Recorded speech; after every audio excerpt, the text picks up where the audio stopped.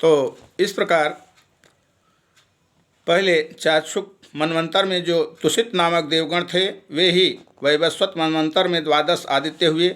सोम की जिन 27 सुव्रता पत्नियों के विषय में पहले कह चुके हैं, वे सब नक्षत्र योगिनी हैं और उन नामों में से ही विख्यात हैं। उन अति तेजस्विनियों से अनेक प्रतिभाशाली पुत्र उत्पन्न हुए। अरिष्टनेमी की पत्नियों के 16 पुत्र हुए। बुद्धिमान बहुपुत्र की भार्या कपिला, अतिलोहिता, पीता और असिता नामक 4 प्रकार की विद्युत कही गई जाती है। ब्रह्मर्षियों से सत्कृत्य ऋचाओं के अभिमानी देव श्रेष्ठ प्रत्यंगिरा से उत्पन्न हुए तथा शास्त्रों के अभिमानी देव प्रहरण नामक देवगण देवर्षि कृश्वास की संतान कहे जाते हैं। हेतात 8 वसु 11 रुद्र, 8 वसु 11 रुद्र, 12 आदित्य प्रजापति और वखटकार, ये 33 वेदोक्त देवता हैं। 8 वसु 11 रुद्र, 12 आदित्य और प्रजापति और वखटकार, ये 33 वेदोक्त देवता इनकी इच्छा अनुसार जन्म लेने वाले हैं। कहते हैं कि इस लोक में इनके उत्पत्ति और निरोधक निरंतर हुआ करते हैं। ये 1000 युग के अनंतर पुनः पुनः उत्पन्न होते रहते हैं। हे मैत्रेय, जिस प्रकार लोक में सूर्य के अस्त और उदय निरंतर हुआ करते हैं, उसी प्रकार ये देवगण भी युग युग में उत्पन्न होते रहते हैं। हमने सुना है कि दिति के कश्यप जी के वीर्य से परम दुर्जय हिरण्यकश्यप और हिरण्याक्ष नामक 2 पुत्र हुए और सिंघिका नाम की एक कन्या हुई, जो विप्रचित्ति को विवाही गई। हिरण्यकश्यपु के अति तेजस्वी और पराक्रमी अनुह्लाद, लाद, बुद्धिमान प्रहलाद और संहलाद नामक 4 पुत्र हुए, जो दैत्य वंश में को बढ़ाने वाले थे।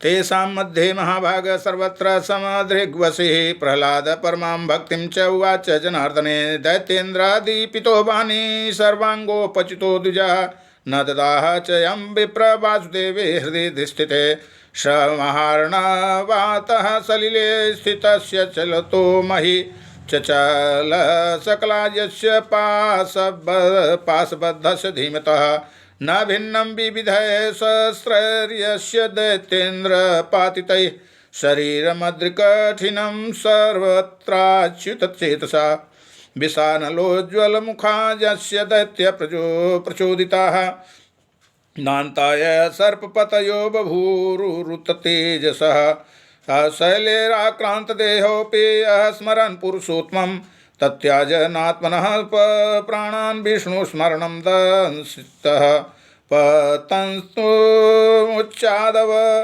निर्यमुपेत्य महामतिं दधार दैत्यपतिनां क्षिप्तं स्वर्गनिवासिनः यस्य संशोषको वायुर्देहे दैत्येन्द्र योजितः अवापः संक्षयं सद्यश्चित्तस्थे मधुसूदनेः विषाणभङ्गमुन्मत्ताः मदहानिं च दिग्जनाः यच्छवत्स सले प्राप्ता दैत्येन्द्रस्पणि परिणामिताः यस्य चोत्पादिता कृत्या दैत्यराज पुरोहितैः बभूव नान्ताय पुरा गोविन्दासक्तचेतसः शम्बरस्य च मायानां सहस्रपतिमायिना यस्मिन् प्रयुक्तं चक्रेण कृष्णस्य विदथीकृतं दैत्येन्द्रसूदोपहृतो यस्य हलाहलं विषं जरयामास मतिमानविकार ममत्सरिः समचेता जगत्यस्मिन् सर्वेष्वे जन्तुषु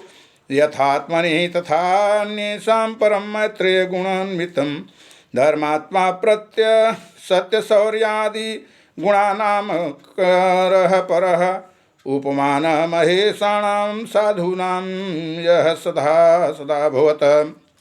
श्री पराशर मुनि कहते हैं कि हे महाभाग, उनमें प्रहलाद जी सर्वत्र समदर्शी और जितेंद्रिय थे। उन्होंने श्री विष्णु भगवान की परम भक्ति का वर्णन किया था, जिनको दैत्यराज द्वारा दीप्त दिए हुए अग्नि ने उनके सर्वांग में व्याप्त होकर भी हृदय में वासुदेव भगवान के स्थित रहने से नहीं जला पाया। जिन महाबुद्धिमान के पास बद्ध होकर के समुद्र के जल में पड़े पड़े इधर उधर हिलने डुलने से सारी पृथ्वी हिलने लगती थी, जिनका पर्वत के समान कठोर शरीर सर्वत्र भगवत चित्त रहने के कारण दैत्यराज के चलाए हुए अस्त्र शस्त्रों से भी छिन्न भिन्न नहीं हुआ।